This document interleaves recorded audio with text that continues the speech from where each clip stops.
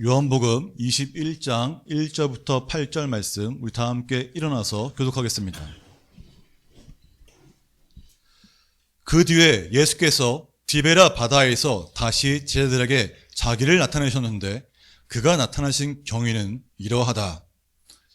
베드로와 쌍둥이라고 불리는 도마와 갈릴리 가나 사람 나다니엘과 세베대의 아들들과 제자들 가운데서 다른 두 사람이 한 자리에 있었다.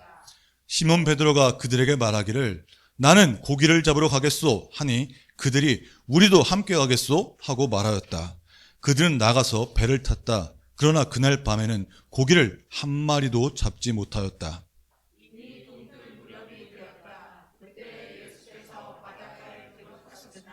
제자들은 그가 예수인지 알지 못하였다. 그때에 예수께서 제자들에게 물으셨다. 얘들아, 무엇 좀 잡았느냐? 그들이 대답하였다. 못 잡았습니다. 그들에게 말씀하셨다. 그물을 배 오른쪽에 던져라. 그래야면 잡을 것이다. 제자들이 그물을 던지니 고기가 너무 많이 걸려서 그물을 끌을 수가 없었다. 예수가 사랑하시는 제자가 베드로에게 저분은 주님이시다 하고 말하였다. 시몬 베드로는 주님이시라는 말을 듣고서 벗었던 몸에다가 겉옷을 두르고 바다로 뛰어내렸다. 그러나 나머지 제자들은 작은 배를 탄 채로 고기가 든 그물을 끌면서 해안으로 나왔다. 그들은 육지에서 백자암집밖에 떨어지지 않은 곳에 들어가서 고기를 잡고 있었던 것이다. 이는 하나님의 말씀입니다. 아멘. 할렐루야. 예수님이 부활하셨습니다. 그리고 오늘 이렇게 어떻게 보면 부활이죠, 이것도요. 어둠 곳에 있다가 부활로 오신 분들, 우리 유순혜 권사님과 이승민 지사님 축복합니다. 네, 어둠을 뚫고 오신 거예요. 네, 주님의 영광입니다. 자, 우리가 4월은 이 재림의 영역에서 말씀을 전합니다. 자, 주보 한번 볼까요? 주보 주제가 무엇일까요? 주님이 우리에게 주시는 행복입니다. 자, 재림의 영역에서 말씀을 전하겠습니다. 자, 오늘은 부활주일이죠. 예수님이 부활하신 날을 기념하는 날이며 이 예수의 부활은 하나님께서 우리에게 주시는 행복입니다. 아멘 소리가 없네요. 이 예수의 부활은 지금도 우리와 함께 하시는 그 주님의 영광이며 주님의 사랑의 증거입니다. 두 분 계시네요. 자, 이 부활의 아침 다시 시작되는 부름이라는 제목으로 은혜의 말씀 선포하겠습니다. 제가 간단하게 질문해 볼게요. 영화를 좋아하시는 분이 많이 계실 거라 믿습니다. 영화를 보다 보면 이제 끝에 됐을 때, 맨 끝에 가끔씩 자막이 올라온 다음에 영상이 나올 때가 있어요. 그 영상을 뭐라고 그러죠? 쿠키 영상일 수도 있고, 비하인드 스토리라는 것일 수 있습니다. 영화가 끝나고 나서 자막이 올라가면서 비하인드 스토리를 보여주는 이유가 무엇일까요?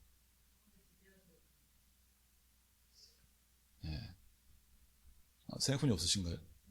옛날에 그 성룡 영화를 보면요. 성룡 영화 맨 나중에는 항상 비하인드 스토리가 나옵니다. 성룡이 이렇게 액션을 취하다가 다치거나 서로 엔진하거나 이런 모습을 보여줘요. 왜 보여줄까요? 이 영화에 좀 더 재미를 더하기 위해서요. 여운을 남기기 위해서입니다. 야, 너희 끝난 줄 알았지? 근데 기다려봐. 이게 다가 아니야. 훨씬 더 많이 찍었는데 내가 너에게 못다한 말이 있어. 이거 한번 볼래? 나 많이 찍은 거 있어. 봐봐! 보면서 우리에게 흥미를 돋구기 위함입니다. 보면서 이런 일이 있었구나. 저런 일이 있었구나. 야, 영화 뒤가 또 주인공이 어떻게 돼요? 마지막에 이런 길을 걷는구나 하면서 영화의 여운을 잔잔히 남기는 게 바로 이 비하인드 스토리입니다. 근데 이 요한복음 21장이 바로 비하인드 스토리와 아주 비슷합니다.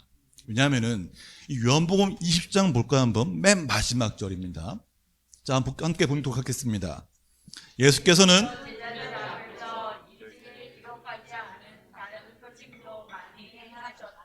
그런데 여기에 이것이나마 기록한 목적은 여러분을 하여금 예수가 그리스도여 하나님의 아들이심을 믿게 하고 또 그렇게 믿어서 그의 이름으로 생명을 얻게 하려는 것이다. 아멘!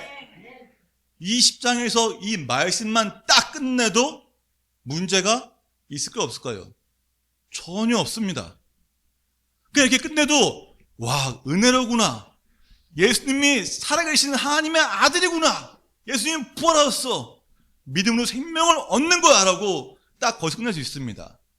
그러나 이 21장을 추가함으로써 숨겨진 뒷이야기를 전하는 그 이유와 또 오늘 말씀을 통해 우리가 무엇을 깨닫고 무엇을 삶에 적용해야 할지를 배우고 또한 주님과 동행하는 기쁨을 누린 손 되시기를 주님에게 축복합니다. 자, 본문에 등장하는 이 주인공이 있죠. 누굴까요, 오치현 학생? 네, 베드로입니다. 좀 더 어려운 문제, 심화학습 문제입니다. 본문에 예수님의 제자가 등장하는데 모두 몇 명입니까? 7명이 등장합니다. 읽으면 보면은 베드로, 도마, 나다니엘, 세베대의 아들 야고보와 요한, 그리고 이름을 모르는 두 제자, 두 사람이 등장합니다. 자, 이들 모두 다 그냥 갑자기 예수님이 나타나서 뿅 나타나는 게 아니에요. 이미 예수님을 만났었습니다. 그 부활하신 예수님을 만났어요. 도마는 심지어 어땠습니까? 처음에는 제자들이 말을 듣고서 야, 내가 눈으로 보기에는 절대 안 믿어. 근데 예수님이 8일 뒤에 나타나셔서 어떻게 했어요? 도마야, 네 손을 내 옆구리에 넣어보렴. 내 모습적을 봐. 하면서 도마가 보고서 와, 주님이십니다 라고 고백했죠. 도마는 예수님의 부활하심을 목격했습니다. 베드로도 목격을 했습니다. 야고보와 요한 모든 제자들이 다 예수님의 부활하심을 목격했습니다. 자, 그리고 더욱이 21장 14절 가면은 이게 몇 번전이 나와요. 몇 번째입니까? 세 번째라고 말합니다. 이미 두 번을 살아계신 부활하신 예수님을 만났습니다. 그런데 지금 그 7명의 제자들이 어디에 있습니까? 갈릴리 바다에 있습니다. 갈릴리 바다에. 왜 그들이 예수님의 살아계심을 눈으로 보고 목격하고 만지고 대화하고 음식도 먹고 그랬는데 왜 그들이 지금 이 갈릴리 바다에 있을까요? 왜 있을까요, 그들이? 생각해 본 적 없으십니까? 자, 이유는 간단합니다. 예수님이 그곳에 가라고 말씀하셨기 때문이에요. 그때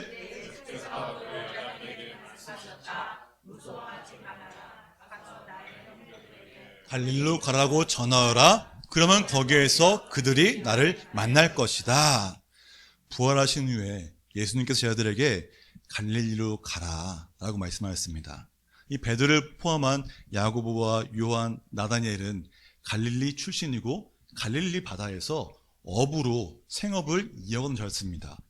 그 말은 다시 말하면은 그들은 다 7명이 다 그곳이 고향이라는 겁니다. 그들이 모였을 때 예수님을 분명히 만나고 예수님 부활하심을 내가 알고 내가 경험했는데 그들이 지금 무엇을 하고 있습니까? 그들이 모여서 기도를 하거나 예수님 부활하셨어 라고 찬양을 하거나 그런 것이 아니에요. 뭘 하고 있었습니까? 낚시를 하고 있었다는 것이에요. 그들은 예수님과 3년 동안 동행했습니다. 예수님이 이정을 행하신 것을 눈으로 보고 말씀을 함께 들었습니다. 그리고 부활하신 예수님을 만나서 대화를 하며 같이 먹고 마셨지만 그들은 지금 고기를 잡기 위해서 배를 탔다는 것입니다. 물론 그들이 예수님이 언제 올지 모르니까 무엇을 할지 몰라서 고기를 잡으러 갔을지 모릅니다. 어쩌면은 자신들의 생계를 위해 자신들에게 가장 익숙했던 내가 지금 당장에 돈을 벌 수 있는 그 고기를 잡기 위해 배를 탔을지도 모릅니다. 그래서 베드로를 선두로 해서 다른 제자들도 모두 다 함께 배를 타고 나갔습니다. 밤이 새도록 그들은 그물을 던졌습니다. 왜 그들이 밤에 그물을 던졌을까요? 낚시하신 분 다 아시겠지만은 이 중동 지방의 태양은 무지 뜨겁습니다. 특히나 이 갈릴리 바다에 주로 서식하는 틸라피아 이 어종은 차가운 물을 좋아합니다. 낮 동안에 해수면이 뜨거워지면은 밑으로 숨어버리죠. 깊숙이 들어갑니다. 바위 옆에 숨습니다. 그래서 아무리 그물을 던진다 해도 잡을 수가 없습니다. 그러나 밤이 되면은 해수면이 차가워지면서 그들이 이제부터 먹이 활동을 위해 활발히 움직이는 시간입니다. 그래서 그들이 갈릴리 바다는 특히나 밤에 가서 그물을 던져야지만 물고기를 잡을 수 있습니다. 그러나 그들이 밤새도록 아무리 고생을 하고 했지만은 뭐했습니까? 한 마리도 잡지 못했습니다. 손에는 비린내만 남았고 몸은 천근만근이었을 것입니다. 그때 예수께서 말씀하시죠. 얘들아! 뭐 좀 잡았니? 라고 말씀하세요. 자, 이때 순간 곤란했습니다. 아니, 갈릴리 바다가 얼마나 넓은데 예수님이 어디서 소리를 지르신 거지? 옆에 계셨나? 물 위에 떠 계셨나? 어디 계셨을까요? 자, 우리 이래서 성경을 우리가 읽으면서도 모르는 게 많은 겁니다. 예. 자, 육지에서 백자 남짓이라고 했습니다. 즉 100m 거리인 거예요. 100m 거리니까 멀리 떨어지지 않았죠? 그리고 아침이죠. 그렇기 때문에 소리를 지르면은 저기서도 들리는 거예요. 예수님께서 뭐 잡은 거 있으니 물을 때 그들은 잡지 못했어요 라고 말하죠. 그때 예수님 말씀하십니다. 6절입니다. 그물을 배 오른쪽에 던져라. 그리하면 잡을 것이다 라고 말씀하십니다. 그리고 어떻게 했습니까? 쟤들이 그물 던지니까 고기가 너무 많이 걸려서 그물을 끌어올릴 수가 없었다라고 기록하고 있습니다. 자, 이 본문 어디서 본 거 있지 않습니까? 예수님이 저기에 그물을 던져 네, 알겠습니다. 그물 던지니까 밤새도록 못 잡던 물고기를 그들이 잡았다는 거예요. 어디서 봤은 장면일까요? 예수님이 베드로를 처음 불렀을 때 그 장면입니다. 누가복음 5장 4절 6절 보면은 예수께서 말씀을 그치시고 시몬에게 말씀하셨다. 깊은 데로 나가 그물을 내려서 고기를 잡아라. 자, 이때가 그물을 정리할 때입니다. 해가 떴을 때예요. 그럼 상식적으로 당연히 베드로는 알고 있었습니다. 지금 그물을 던져도 결코 잡을 수 없다는 걸 알고 있었습니다. 하지만 예수님이 말씀하셨잖아요. 그래서 선생님, 우리가 밤새도록 애를 썼으나 아무것도 찾지 못했습니다. 그러나 선생님의 말씀을 따라 그물을 내리겠습니다 라고 말하면서 베드로가 그 말에 순종하여서 그물을 던졌습니다.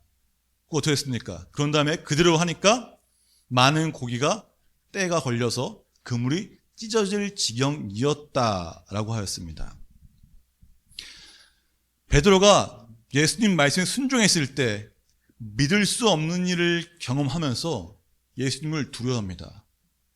그 두려워하는 베드로를 향해서 예수님이 말씀하세요. 두려워하지 말아라.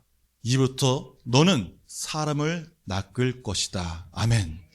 이 부르심으로 베드로를 포함한 그 주변에 있던 모든 이들은 모든 걸 다 버려두고 예수님을 따라갔습니다. 이게 예수님을 처음 만난 사건이었어요. 베드로가. 직업이 뭐라고 했죠? 어부입니다. 이미 잔뼈가 굵은 사람이에요. 안 되는 거 알면서도 예수님 말 순종하니까 고기를 많이 잡았습니다. 베드로가 두려움을 느낀 거죠. 왜요? 말이 안 되는 거니까. 있을 수가 없는 일이니까. 근데 그때 예수님이 너 나 따라 그러니까 베드로가 다 내려놓고 따라갔습니다. 그 일은 그냥 지나간 일일까요? 베드로에게는 기억에 남을 만한 일입니다. 결코 잊을 수가 없습니다. 왜요? 내 모든 걸 다 내려두고 오직 예수님만을 따르겠다고 결심한 날이 바로 그날이니까요. 근데 지금 어떻게 했어요? 똑같은 일이 벌어졌습니다. 같은 상황을 또다시 경험했지만 베드로는 그가 예수님인 줄을 몰랐습니다. 요한이 저분이 주님이시다 라고 하였을 때 베드로는 그제서야 저분이 예수님이구나 하고 벗고 있던 겉옷을 두르고 그리고 바다에 뛰어나는 겁니다. 자, 수영을 할 때 옷을 입는 게 좋아요? 옷을 벗는 게 나을까요? 당연히 벗는 게 낫습니다. 하지만 베드로는 옷을 입었어요. 왜요? 예수님 옆에서 헐벗을 수 없으니까 최선의 예의를 차린 것입니다. 그리고 베드로가 배를 갔음에도 불구하고 그는 수영을 해서 갔습니다. 힘들게 굳이. 왜요? 성격이 급하니까. 다른 말로 하면은 예수님에 대한 열정이 남들보다 뛰어났다는 것입니다. 오늘 우리가 읽은 본문은 이 모나미 153 아시나요? 자, 우리 문 앞에 모나미 펜이 있습니다. 모나미 옆에 153이 있습니다. 그 유래로 유명한 이야기입니다. 다들 알겠지만은 이 모나미의 창업자인 송삼석 회장님이 1963년에 볼펜을 개발했습니다. 그리고 이 사업을 위해 기도하는 가운데 받은 말씀이 바로 이 요한복음 21장 11절입니다. 153마리의 물고기였다는 거예요. 그래서 베드로가 예수님 말씀에 순종하여 그물을 던졌을 때 153마리의 물고기를 잡은 것처럼 하나님의 축복 속에 번창하기를 바란다는 마음으로 모나미 옆에 153이라는 숫자를 기록하게 된 것입니다. 순종할 때 하나님은 우리의 삶에도 이 153의 열매를 주십니다. 자, 우린 베드로처럼 우리 삶의 기적을 경험했을 때, 처음 했을 때 어때요? 예수님을 믿고 예수님을 따르게 됩니다. 하지만 예수님 말씀을 읽고 믿으면서도 때로는 우리 삶 가운데 뭐가 찾아옵니까? 고난이 찾아옵니다. 근데 고난을 겪을 때, 이 고난 가운데 있을 때 베드로처럼 마음이 다칠 때가 있다는 것입니다. 하지만 주님께서는 그 다친 마음에 어려워하고 있을 때 찾아오셔서 회복시켜 주시는 바로 그 전환점이 오늘 본문입니다. 예수님이 우리를 위해 십자가에서 죽으시고 부활하셨습니다. 아멘이시죠? 주님의 부활은 예수님이 다시 살아나셨다는 것을 넘어서 오늘날 우리에게 매우 중요한 의미를 되새기게 됩니다. 예수님이 부활하셨기 때문에 하나님 우편에 앉으사 우리를 위해 중보기도 하실 뿐만 아니라 우리가 주님과 동행할 수 있는 기반이 되는 것이 바로 예수님이 부활하셨기 때문입니다. 이 베드로와 제자들이 밤새도록 그물을 던져보았지만 아무것도 잡을 수 없었던 것처럼 우리의 인생도 예수님과 함께하지 않으면 허무할 뿐입니다. 주님의 말씀에 순종할 때 그물을 들어올 수 없을 정도로 많은 물고기를 잡은 것처럼 부활하신 주님과 동행하는 삶이 풍성한 삶이고 복된 삶입니다. 사랑하는 여러분, 주님과 동행하고 계십니까? 그렇다면 이 주님과 동행을 한다는 것이 무엇일까요? 우리는 이것에 대해서 심각하게 고민을 해야 합니다. 단순히 그냥 주님 살아계시니까 내 옆에 계실 거야, 같이 나 손잡고 가는 거야, 이게 아니에요. 주님과 동행한다는 것은 부활하신 예수 그리스도와 연합한다는 것입니다. 자, 로마서 7장 4절 말씀 봉독하겠습니다.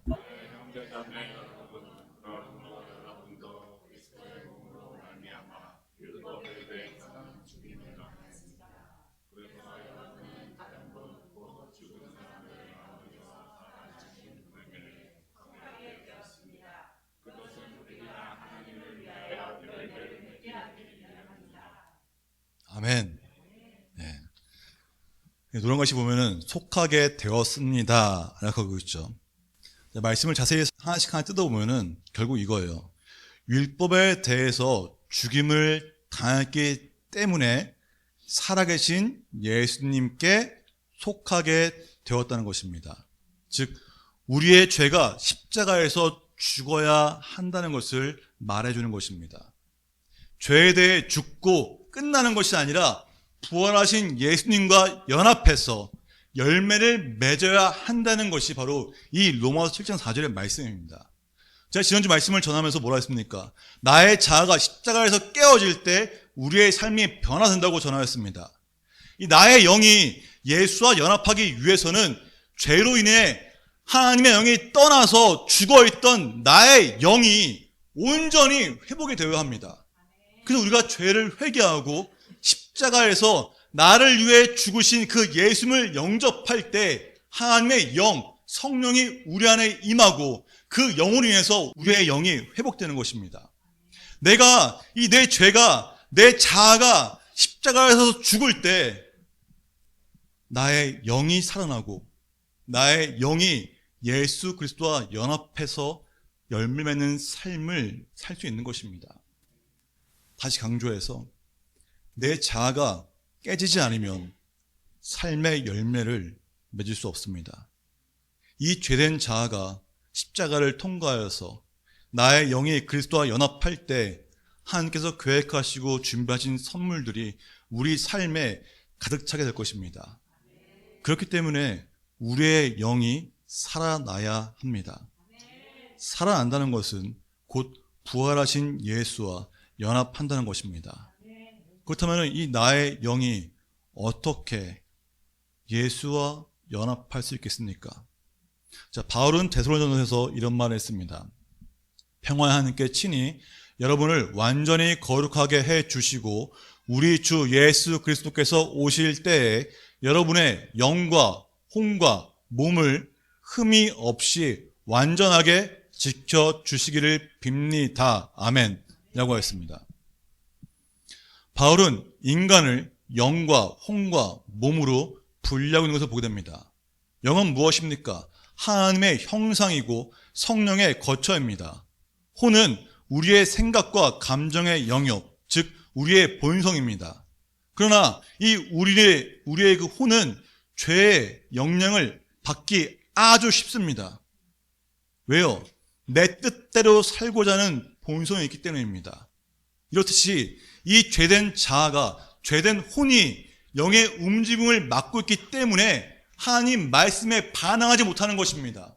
내가 아무리 깨어있고자 할지라도 내 자아가 죽어있고 내 자아가 죄된 상태에 있으면은 아무리 주님을 바라본다 할지라도 그 영이 둔감하여서 알 수가 없다는 것입니다.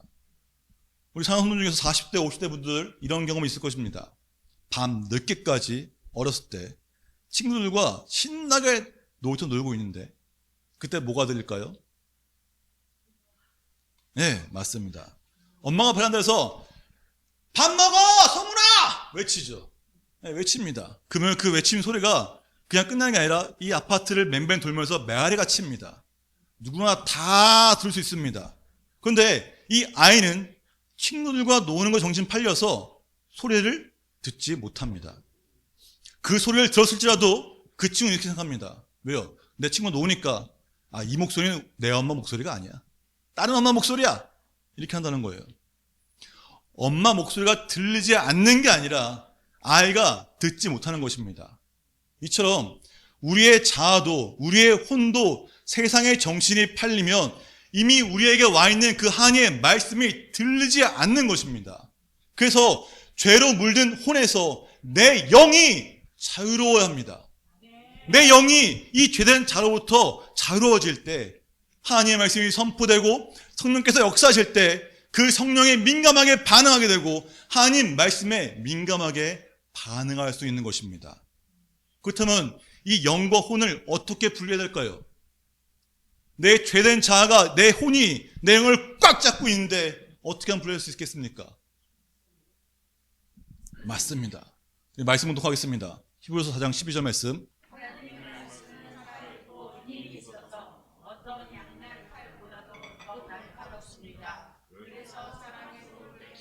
혼과 영을 갈라내고 관절과 골수를 갈라놓기까지 하며 마음에 품은 생각과 의도를 밝혀냅니다. 아멘. 하나님의 말씀이 혼과 영을 갈라낸다고 했습니다. 그렇기 때문에 우리는 말씀을 가까이 하며 분명하게 고백할 줄 알아야 합니다. 이 고백 한번 따라 보겠습니다. 주님의 말씀으로 나의 죄된 자아를 십자가에 못 박습니다. 그런 결단으로 십자가 못 박습니다. 결단하면 파이팅 있게 해야죠. 주님의 말씀으로 나의 죄된 자아를 십자가에 못 박겠습니다. 주님의 말씀으로 나의 죄된 자아를 십자가에 못 박습니다. 아멘. 십자가에서 내 자아가 죽어야 하지만 내가 예수 안에서 살아나는 것입니다. 이 예수 안에서 내 영이 살아날 때 상처 입은 나의 영혼이 회복되어지고 내 삶의 행동이 변화가 되는 것입니다.